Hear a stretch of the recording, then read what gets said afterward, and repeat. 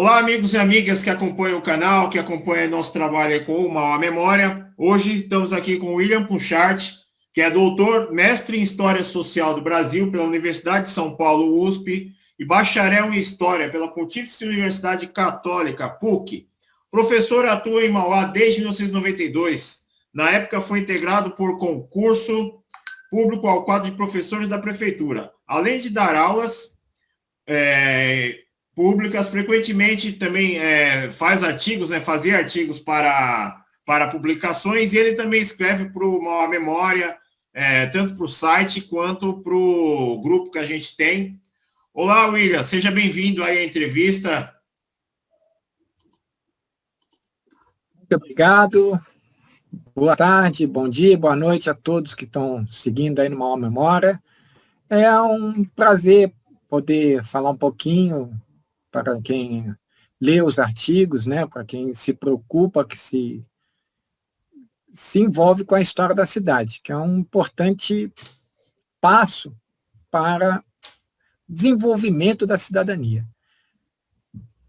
Ô William, como que foi esse seu início lá no museu, cara? Como que você chegou ali no museu? Muito bem. Após entrar por meio de concurso público na rede pública municipal de Mauá, em 1992, eu já tinha percebido a falta de bibliografia, a falta de livros, de informações sobre a história da cidade. E, nesse período, eu estava concluindo o mestrado e já começando o doutorado na USP. Teve até antes de eu ir para o museu, eu obtive uma bolsa de estudos pela Fundação Calouste Gulbenkian e tive o privilégio, a oportunidade de ir a Portugal, Lisboa, consultar parte da documentação para a minha tese de doutoramento. Até tem um fato interessante, que quando eu cheguei no Arquivo Histórico Ultramarino de Lisboa, que era um lugar maravilhoso, porque você sentava para pesquisar e todo em vidro a sala, e você avistava o Tejo. Então, voltando ao raciocínio, consegui conciliar, ministrar aula no Cora. Teve um diretor que me ajudou muito, que foi o Maranzato. O Maranzato possibilitou que eu, nos horários que eu não dava aula, eu pudesse ir até a USP, fazia a matéria e voltava para Mauá. Coisa impensável hoje, Imagina, naquela época, você sair do Cora Coralina, ir até a USP, assistir uma aula, porque não era todos os dias, algumas matérias, alguns dias da semana. Essa flexibilização foi possível. E aí, então, eu, retornando de Lisboa, concluí o doutorado e já estava no museu, porque em 97 eu fui convidado por uma professora que trabalhava no Cora com a gente, e nós montamos um time lá no museu, a professora Silvia, nós montamos um time no museu, justamente com essa perspectiva de profissionalizar o museu, porque até então o museu estava um pouco não utilizado na sua vertente principal, que seria o que a gente quer ainda que se torne um centro de estudos, de pesquisa. Eu entendo que o museu tem que ser um local de, além de contemplação, por tratar-se de uma casa bandeirista, remanescente, então, do século XVIII, com característica específica, deve se tornar também um local de pesquisa, de estudo, de aprofundamento. Então, essa dicotomia entre evento e conhecimento tem que ser superada. Então, não pode ficar só fazendo eventos.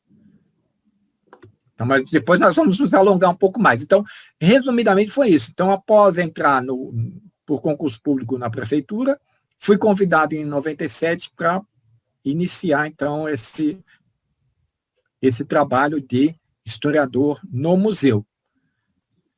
Aí, se quiser que eu vou continuando, e logo quando nós chegamos, havia assim, uma carência do acervo iconográfico, falta de fotografias e de estudos mesmo.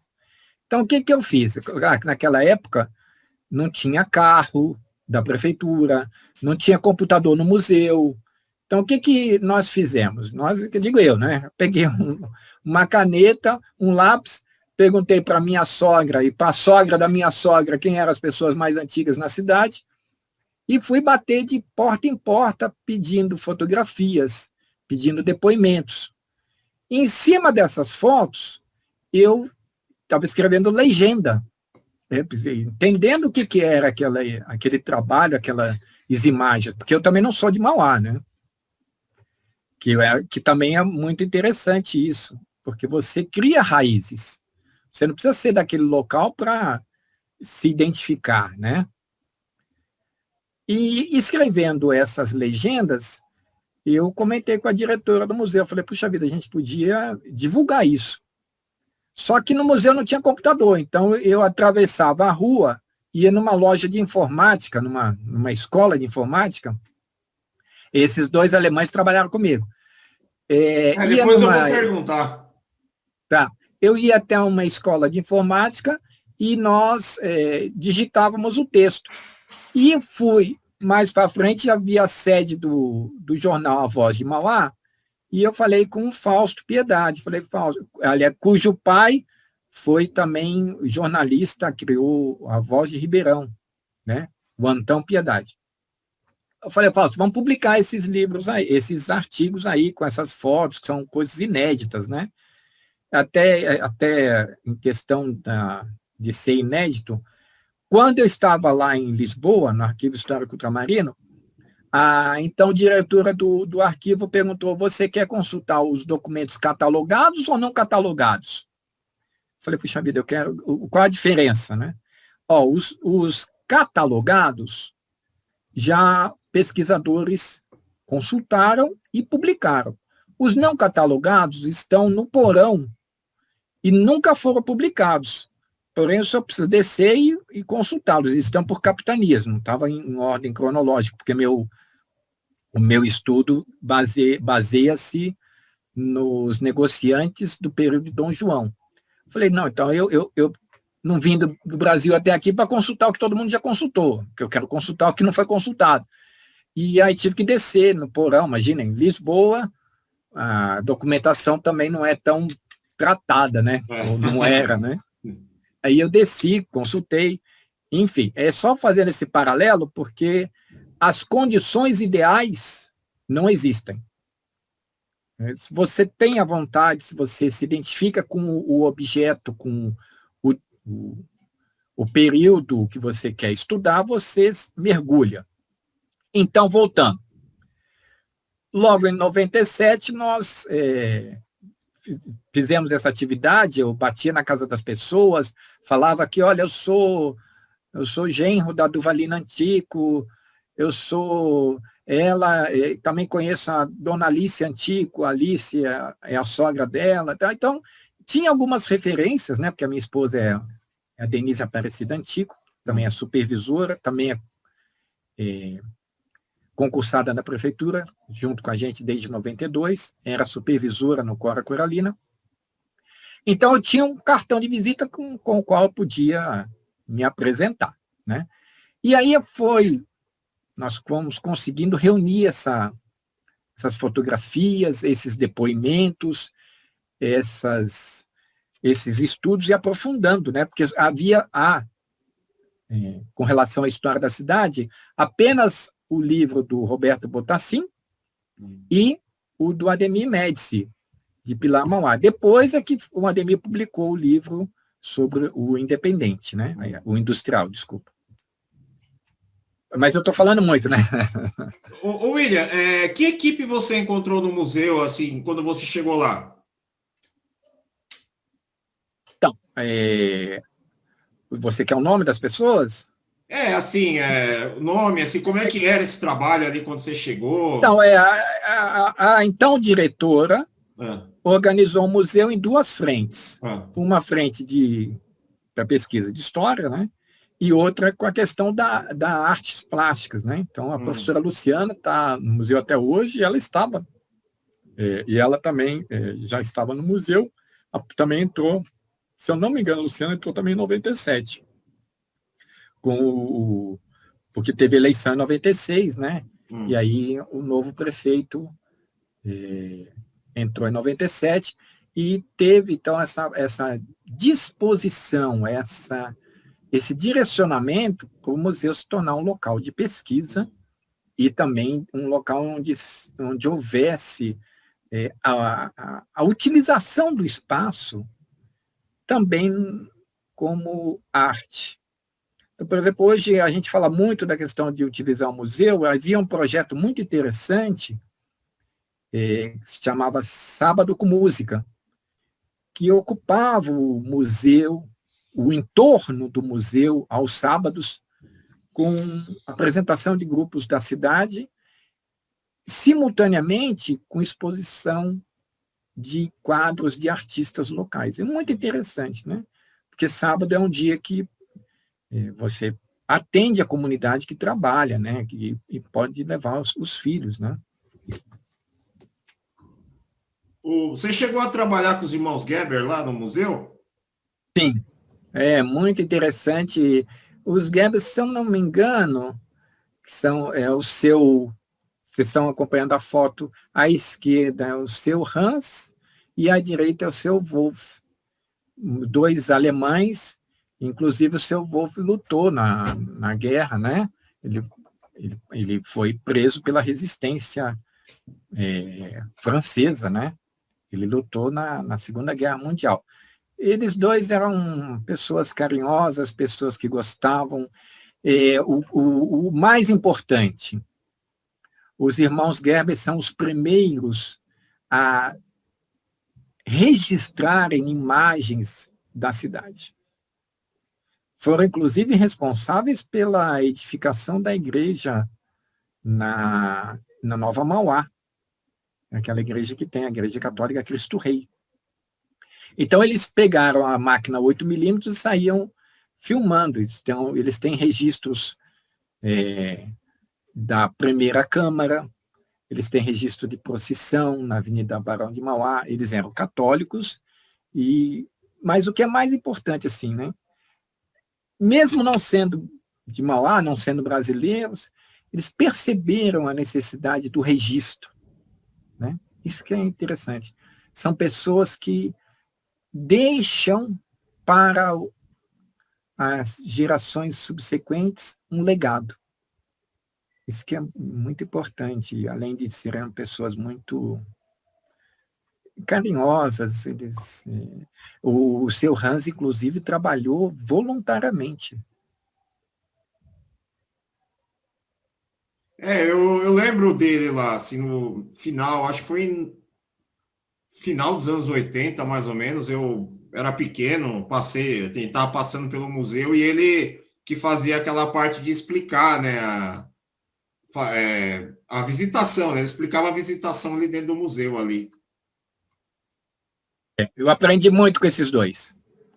O seu Wolf chegava cedo, hasteava a bandeira e tocava um clarinete. Muito interessante.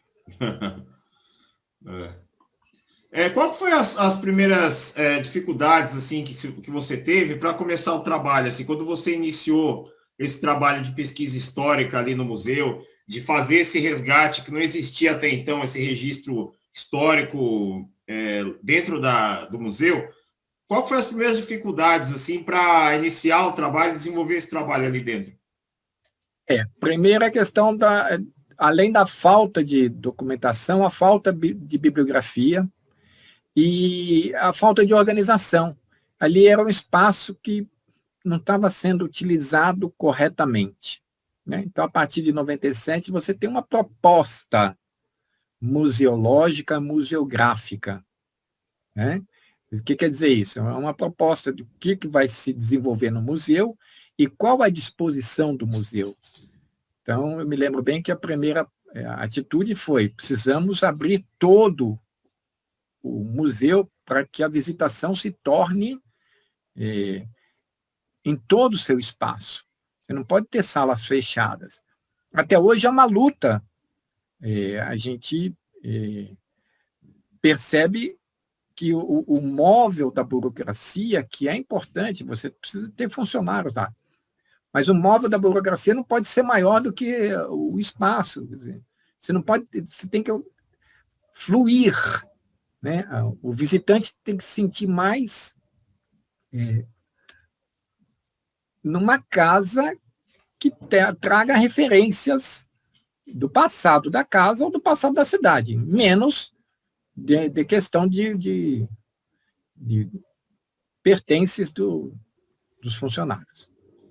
Qual que foi suas primeiras impressões dessa casa centenária que a gente tem no centro ali de Mauá, quando você começou a trabalhar lá? Então, mesmo antes de trabalhar, no Cora Coralina, a gente desenvolveu um projeto junto com uma empresa em São Paulo chamada Latasa. Nós, então, pedíamos para os alunos levarem latinhas de refrigerante, naquela época.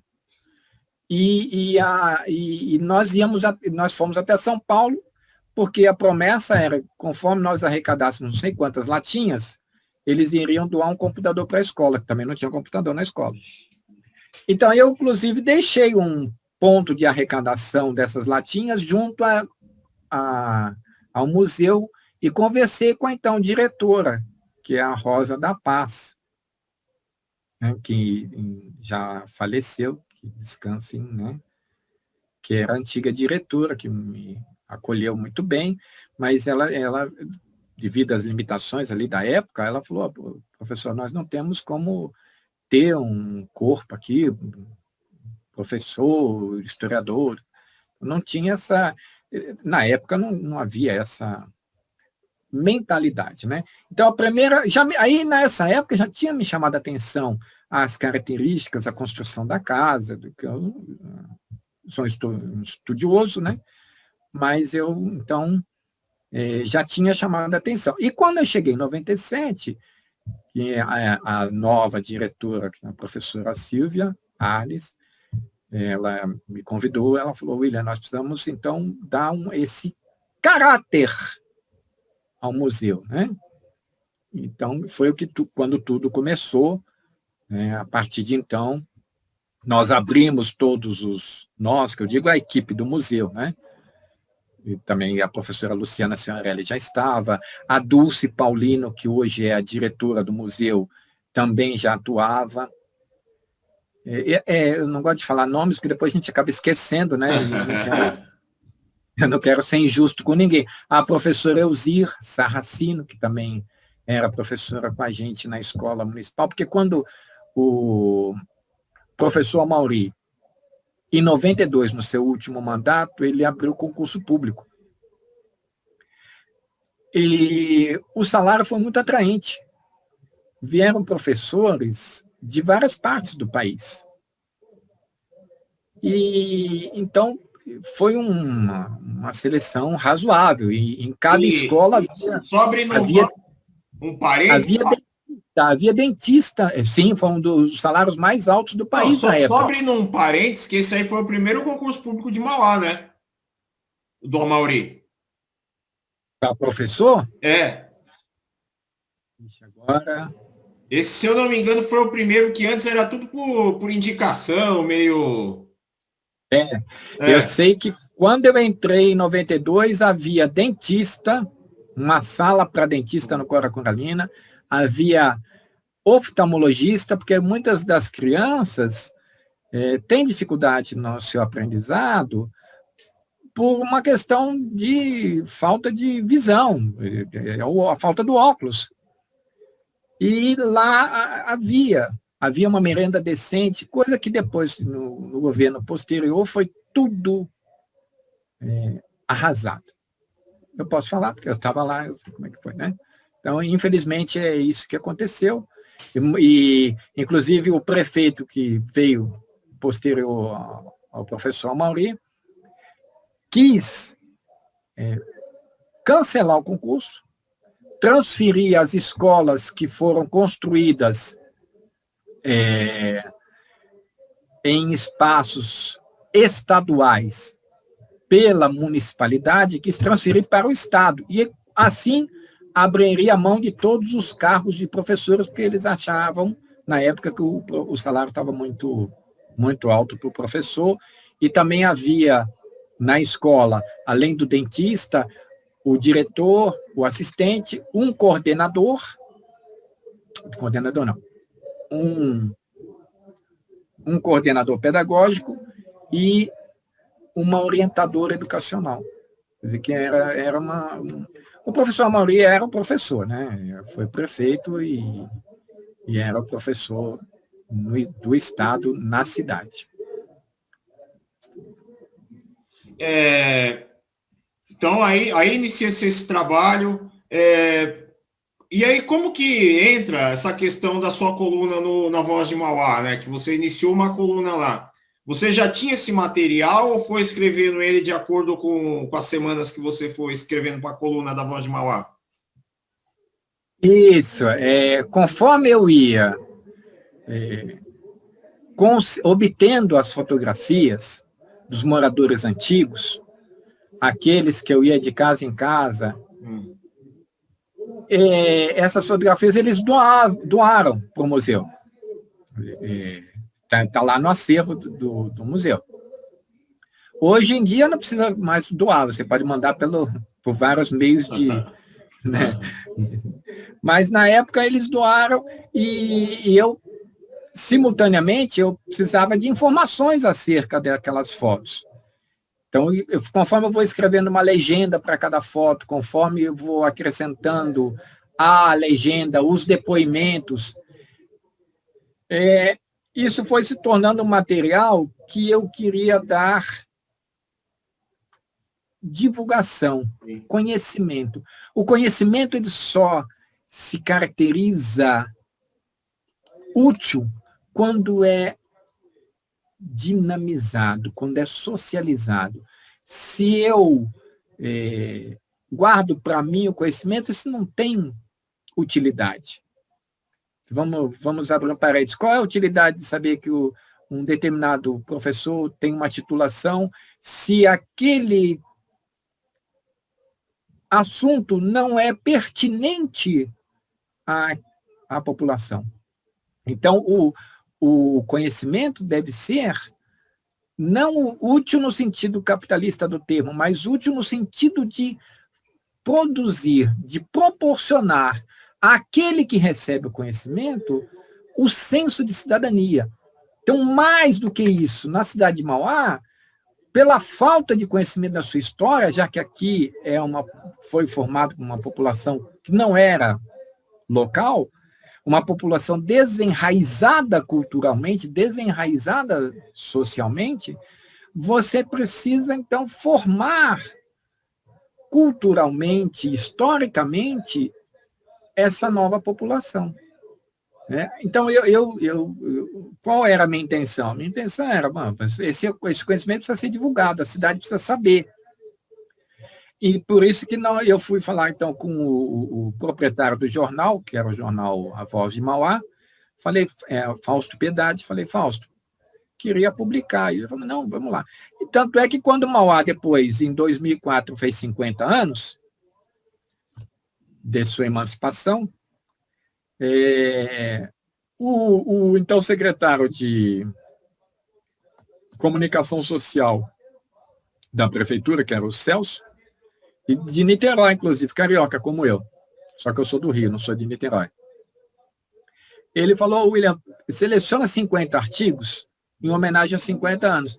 Aí que deu origem a esse livrinho, que é uma coletânea dos 50 artigos que eu selecionei para que se tornasse...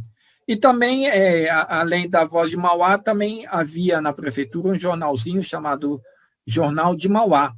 Nós tínhamos ali uma coluna. Então, era da minha responsabilidade publicar. E eu sempre quis publicar coisas inéditas, né? Com aquele pensamento. Se é para fazer o que o outro já fez, não precisa. Então, até hoje eu falo isso para as pessoas com as quais eu trabalhei lá no museu, que é o nosso querido Severino Corrêa Dias, que é um menino aplicado, um menino esforçado, e eu falo sempre para ele, Severino, você precisa criar temas novos, que o outro não tenha publicado, né? Porque senão a história não caminha. A história, resumidamente, de sobre qualquer assunto, e principalmente de uma cidade, é feita de peças de um grande quebra-cabeça. Agora, eu gostaria de fazer uma outra observação. Além das fotos e dos depoimentos, nós também fomos pesquisar documentos. Porque senão fica o senhorzinho lá do Itapeva, me falou que ele plantou a paineira. Então, a história é feita de documentos. Claro que os documentos representam a versão do vencedor. Por exemplo, a Casa Bandeirista é um documento. Não é um documento de papel, mas é um documento. E representa também... Oi? É um documento vivo, né, da história, né? Sim. E representa também a questão do vencedor, a questão do proprietário. Quer dizer, isso era uma antiga grande fazenda, Fazenda Bocaina, que depois vai sendo loteada. Agora, e aí? E os vencidos? Foram, por exemplo, os índios. Aqui na região, pelo que nós estudamos, não havia trabalho escravo negro, mas havia tribos indígenas, havia os guaianás, por exemplo, havia os tupiniquins, né? Aí, quem sabe a história lá de Biriçá, né, do João Ramalho, está entendendo o que eu estou querendo dizer. Então, aí, com isso em mente, eu fui até o Arquivo do Estado de São Paulo pesquisar documentos, acredite, no Museu de Ipiranga tem muita documentação sobre Mauá, encontrei uma coleção chamada Coleção Aguirra, que era um advogado que pegava papelzinhos, bloquinhos, e ia anotando toda a situação fundiária do século XVIII, do século XIX. Muito interessante essa coleção Aguirra. E cita muito Mauá, né? Arquivo do Estado de São Paulo, no próprio museu, estou pesquisando aqui, no Museu de Santo André, você tem uma documentação sobre Mauá, porque Mauá pertenceu ao município de Santo André, né? Então, o trabalho de historiador, isso talvez seja importante a gente pontuar para as futuras gerações, né? Porque a gente não é eterno, né? Então, o trabalho de historiador deve se pautar nisso. A documentação, a fotografia, os depoimentos, a cartografia, toda a pintura. Você tem artistas que deixaram quadros. O Mitsunaga deixou pinturas sobre o passado da cidade. Essa é uma fonte, né? O próprio Hans Grudzinski, cuja casa agora entrou nessa polêmica, é um gravurista da porcelana Mauá que deixou gravuras retratando o passado da cidade. Então, não é só o documento, o papel, com o qual o historiador vai trabalhar. O historiador, hoje, principalmente, há possibilidade de trabalho com outras fontes. Sim. Tá bom. Obrigado, William. Até a próxima. Tchau, tchau. Até a próxima. Até lá.